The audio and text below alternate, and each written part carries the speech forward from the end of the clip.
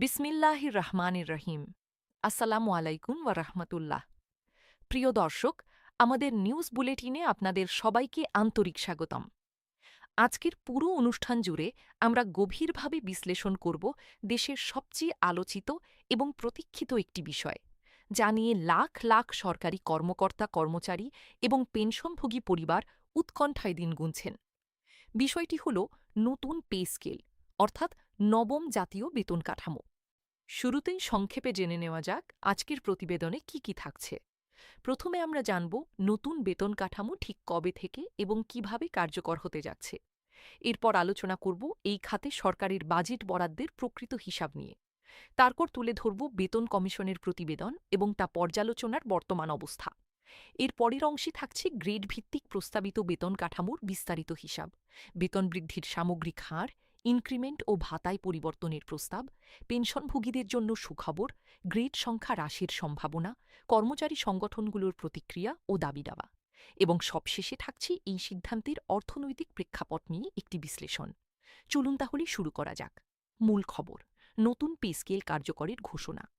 সরকার আনুষ্ঠানিকভাবে জানিয়ে দিয়েছে, চলতি অর্থবছরের প্রথম দিন অর্থাৎ ১ জুলাই থেকে সরকারি কর্মকর্তা ও কর্মচারীদের জন্য নতুন পে স্কেল বা বেতন কাঠামো কার্যকর করার প্রক্রিয়া শুরু হচ্ছে। জাতীয় সংসদে বাজেট উপস্থাপনের সময় অর্থ উপদেষ্টা এই গুরুত্বপূর্ণ ঘোষণা দিয়েছেন। দীর্ঘ ১১ বছর পর সরকারি চাকরিজীবীদের জন্য নতুন এই বেতন কাঠামো আসতে যাচ্ছে।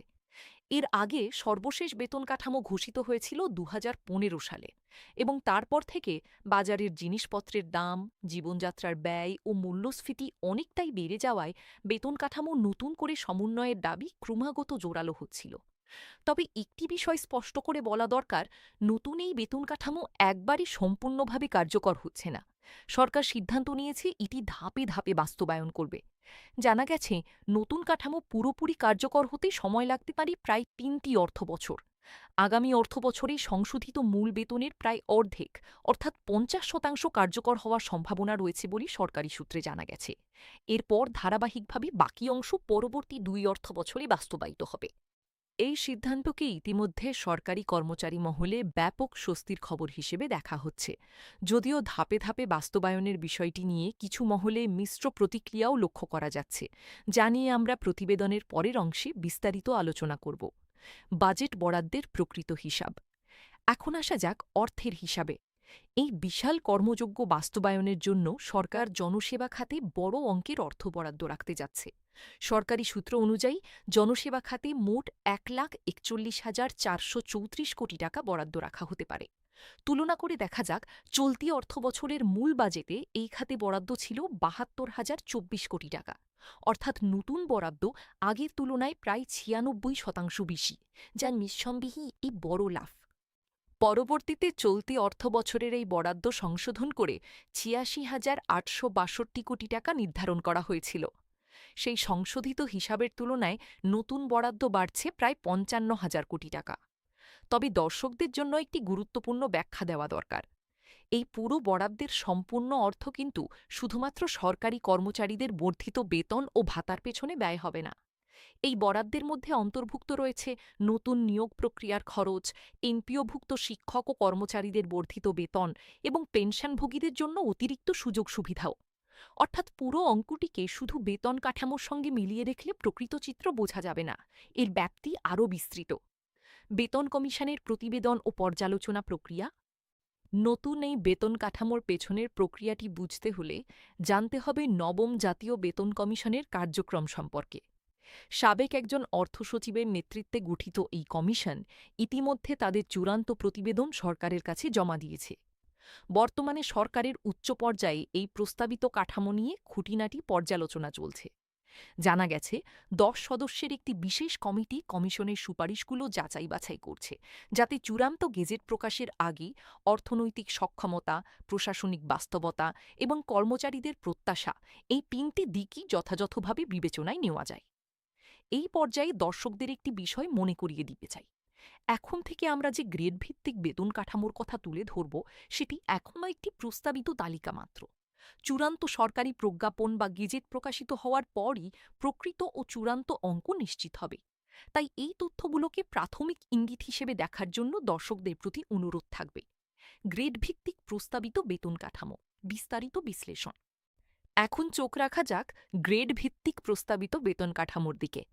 কমিশনের সুপারিশ অনুযায়ী সবচেয়ে উপরের স্তর অর্থাৎ প্রথম গ্রেডে নির্ধারিত বেতন হতে পারে 1,60,000 টাকা।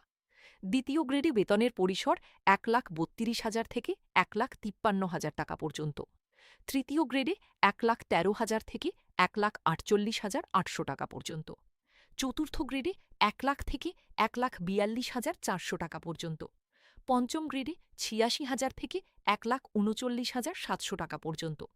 মধ্যম স্তরের দিকে তাকালে দেখা যায় ষষ্ঠ গ্রেডে 71,000 থেকে 1,34,000 টাকা পর্যন্ত। সপ্তম গ্রেডে 58,000 থেকে 1,26,800 টাকা পর্যন্ত। অষ্টম গ্রেডে 47,200 থেকে 1,13,700 টাকা পর্যন্ত। নবম গ্রেডে 45,100 থেকে 1,08,800 টাকা পর্যন্ত। দশম গ্রেডে 32,000 থেকে 77,300 টাকা পর্যন্ত। আর এবার আসা যাক সবচেয়ে গুরুত্বপূর্ণ অংশে, কারণ 11 থেকে 20 নম্বর গ্রেড পর্যন্ত কর্মচারীর সংখ্যাই সবচেয়ে বেশি এবং এই স্তরেই বেতন বৃদ্ধির প্রভাব সবচেয়ে বেশি অনুভূত হবে। 11 নম্বর গ্রেডে 25,000 থেকে 60,500 টাকা। 12 নম্বর গ্রেডে 24,300 থেকে 58,700 টাকা। 13 নম্বর গ্রেডে 24,000 থেকে 58,000 টাকা। 14 নম্বর গ্রেডে 23,500 থেকে 56,800 টাকা। 15 নম্বর গ্রেডে 22,800 থেকে 55,200 টাকা। 16 নম্বর গ্রেডে 21,900 থেকে 52,900 টাকা। 17 নম্বর গ্রেডে 21,400 থেকে 51,900 টাকা। 18 নম্বর গ্রেডে 21,000 থেকে 50,900 টাকা। 19 নম্বর গ্রেডে 20,500 থেকে 49,600 টাকা। এবং সবশেষে 20 নম্বর গ্রেডে, যেখানে সবচেয়ে নিম্ন স্তরের কর্মচারীরা রয়েছেন, বেতনের পরিসর হতে পারে 20,000 থেকে 48,400 টাকা পর্যন্ত। আবারও স্মরণ করিয়ে দিচ্ছি, এই পুরো তালিকাটি প্রস্তাবিত। চূড়ান্ত গেজেট প্রকাশের পরই প্রকৃত অঙ্ক নিশ্চিত হবে। বেতন বৃদ্ধির সামগ্রিক হার, কারা লাভবান হচ্ছেন বেশি?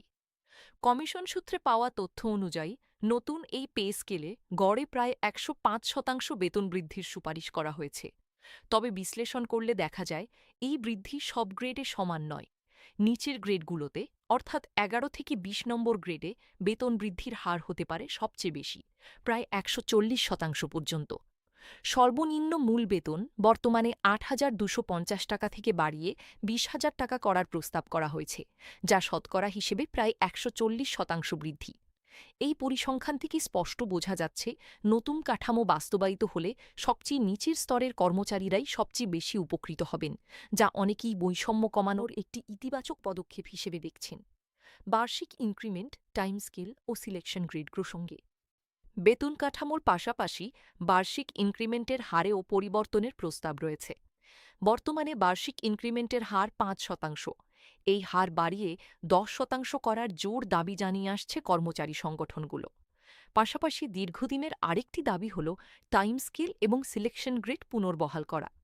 অতীতে এই দুটি সুবিধা কর্মচারীদের চাকরি জীবনের নির্দিষ্ট সময় পর পদোন্নতি ছাড়াই বেতন বৃদ্ধির সুযোগ দিত, কিন্তু পরবর্তীতে তা বাতিল হয়ে যায়।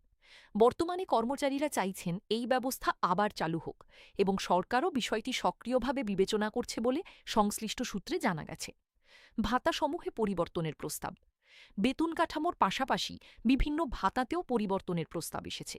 বর্তমানে টিফিন ভাতা 200 টাকা, এটি বাড়িয়ে 1,000 টাকা করার প্রস্তাব করা হয়েছে। একই সঙ্গে চিকিৎসা ভাতাও উল্লেখযোগ্য হারে বাড়ানোর সুপারিশ রয়েছে। যদিও প্রতিটি ভাতার সুনির্দিষ্ট চূড়ান্ত অঙ্ক এখনও ঠিক হয়নি, তবে সামগ্রিকভাবে কর্মচারীদের প্রকৃত জীবনযাত্রার মান উন্নয়নের লক্ষ্য নিয়েই এই প্রস্তাবগুলো তৈরি করা হয়েছে বলে কমিশন সূত্রে জানা গেছে। পেনশনভোগীদের জন্য বিশেষ সুখবর। শুধু কর্মরত কর্মচারীরাই নন, যারা ইতিমধ্যে অবসরে গেছেন সেই পেনশনভোগীদের জন্যও রয়েছে গুরুত্বপূর্ণ সুখবর। প্রতিবেদনে উল্লেখ করা হয়েছে, যাদের মাসিক পেনশন বর্তমানে 20,000 টাকার নিচে, তাদের পেনশন 100% পর্যন্ত বৃদ্ধি করার সুপারিশ করা হয়েছে। পাশাপাশি 75 বছরের বেশি বয়সী পেনশনভোগীদের জন্য মাসিক 10,000 টাকা চিকিৎসা ভাতা প্রদানেরও প্রস্তাব রয়েছে। এই প্রস্তাব বাস্তবায়িত হলে বয়স্ক ও অবসরপ্রাপ্ত সরকারি কর্মচারীদের জীবনযাত্রায় উল্লেখযোগ্য স্বস্তি আসবে বলে সংশ্লিষ্টরা মনে করছেন। গ্রেড সংখ্যা হ্রাসের প্রস্তাব কী প্রভাব পড়তে পারে আরেকটি গুরুত্বপূর্ণ প্রস্তাব নিয়েও আলোচনা চলছে সরকারি পর্যায়ে। বর্তমানে সরকারি চাকরিতে মোট ২০টি গ্রেড রয়েছে। নতুন প্রস্তাবনায় এই গ্রেড সংখ্যা কমিয়ে ১২টি ধাপে নিয়ে আসার একটি জোরালো প্রস্তাবনা সরকারের বিবেচনাধীন রয়েছে। এর পেছনে যুক্তি হিসেবে বলা হচ্ছে, গ্রেডের সংখ্যা কমিয়ে আনলে বেতন কাঠামোয় যে বৈষম্য তৈরি হয়েছে তা অনেকটাই হ্রাস পাবে এবং প্রশাসনিক জটিলতাও কমবে। তবে এই প্রস্তাব এখনও চূড়ান্ত সিদ্ধান্তের পর্যায়ে পৌঁছায়নি এবং বাস্তবায়িত হলে এটি সরকারি চাকরি কাঠামোতে একটি বড় সংস্কার হিসেবে বিবেচিত হবে। কর্মচারী সংগঠনগুলোর প্রতিক্রিয়া ও দাবি দাবা। নতুন পে স্কেল নিয়ে দেশের বিভিন্ন সরকারি কর্মচারী কল্যাণ সংগঠন সরব হয়ে উঠেছে। বাংলাদেশ সরকারি কর্মকর্তা কর্মচারী কল্যাণ সমিতি এবং ১১ থেকে ২০ গ্রেডের সরকারি চাকুরিজীবী ফোরাম তাদের দাবি আদায়ে সক্রিয় ভূমিকা পালন করে যাচ্ছে। তাদের মূল দাবিগুলোর মধ্যে রয়েছে অবিলম্বে নবম পে স্কেল ঘোষণা ও গেজেট প্রকাশ করা, চূড়ান্ত বাস্তবায়নের আগে অন্তর্বর্তীকালীন ব্যবস্থা হিসেবে ৫০% মহার্ঘ ভাতা প্রদান করা, টাইম স্কেল ও সিলেকশন গ্রেড পুনর্বহাল করা এবং পেনশন গ্র্যাচুইটির হার প্রতি টাকায় ৫০০ টাকা নির্ধারণ করে শতভাগ পেনশন সুবিধা নিশ্চিত করা। উল্লেখযোগ্য বিষয় হল, চলতি বছরের এপ্রিল মাসের শুরুর দিকে কর্মচারীদের একটি বড় অংশ দেশব্যাপী ৬ দিনের কর্মসূচি পালন করেছিলেন। এই কর্মসূচি নীতি নির্ধারকদের দৃষ্টি আকর্ষণ করে এবং বিষয়টিকে আরও গতি দিয়েছে বলে সংশ্লিষ্ট মহল মনে করছে। কর্মচারী নেতারা বলছেন, বেতন কাঠামো ধাপে ধাপে বাস্তবায়িত হলে তা মেনে নেওয়া গেলেও গেজেট প্রকাশে যেন অহেতুক দেরি না হয় সেই আহ্বান জানিয়েছেন তারা। কেন এই বেতন কাঠামো সমন্বয় জরুরি হয়ে পড়েছিল? অর্থনৈতিক বিশ্লেষণ। অর্থনীতিবিদ এবং সংশ্লিষ্টদের মতে, গত কয়েক বছরে বাজারে নিত্য প্রয়োজনীয় পণ্যের দাম উল্লেখযোগ্য হারে বেড়েছে, কোনো কোনো হিসেবে যা ৪০ থেকে ৫০% পর্যন্ত বৃদ্ধি পেয়েছে।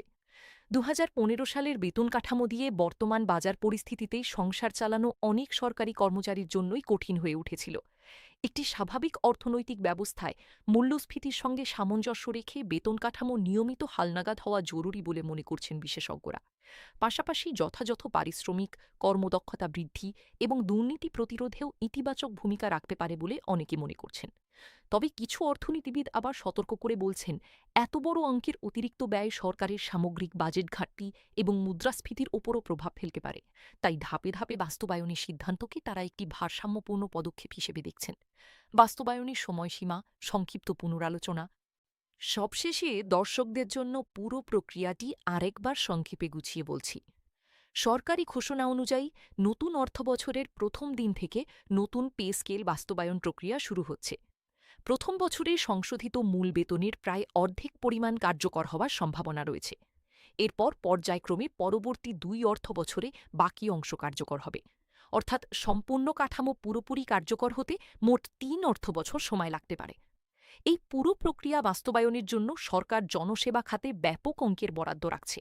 যদিও এই বরাদ্দ শুধুমাত্র বেতন বৃদ্ধির জন্য নয়, বরং নতুন নিয়োগ, শিক্ষকদের বেতন এবং পেনশন সুবিধাসহ একাধিক খাতে বণ্টিত হবে। দর্শকদের প্রতি গুরুত্বপূর্ণ বার্তা। আমরা আবারও স্পষ্ট করে বলতে চাই, গ্রেড ভিত্তিক যে বেতন কাঠামোর কথা আজকের প্রতিবেদনে তুলে ধরা হল, তা এখনও প্রস্তাবিত পর্যায়ে রয়েছে। বেতন কমিশনের সুপারিশ চূড়ান্ত পর্যালোচনা কমিটির অনুমোদনের পর সরকারি প্রজ্ঞাপন বা গেজেট আকারে প্রকাশিত হলেই প্রকৃত ও চূড়ান্ত অঙ্ক নিশ্চিত হবে। তাই দর্শকদের প্রতি অনুরোধ থাকবে, গুজব বা অসম্পূর্ণ তথ্যে বিভ্রান্ত না হয়ে সরকারি ঘোষণা এবং নির্ভরযোগ্য সূত্রের উপর ভরসা রাখার জন্য।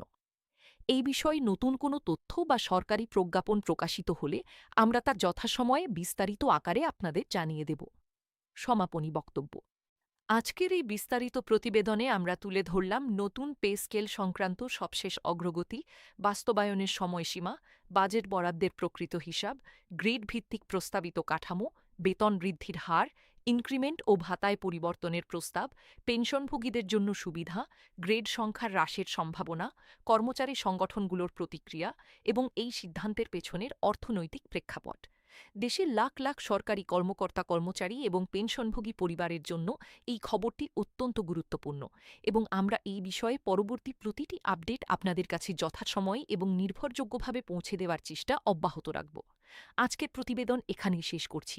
আমাদের সঙ্গে থাকার জন্য আপনাদের সবাইকে আন্তরিক ধন্যবাদ। আল্লাহ হাফিজ। ওয়াসসালামু আলাইকুম ওয়া রাহমাতুল্লাহি ওয়া বারাকাতুহু।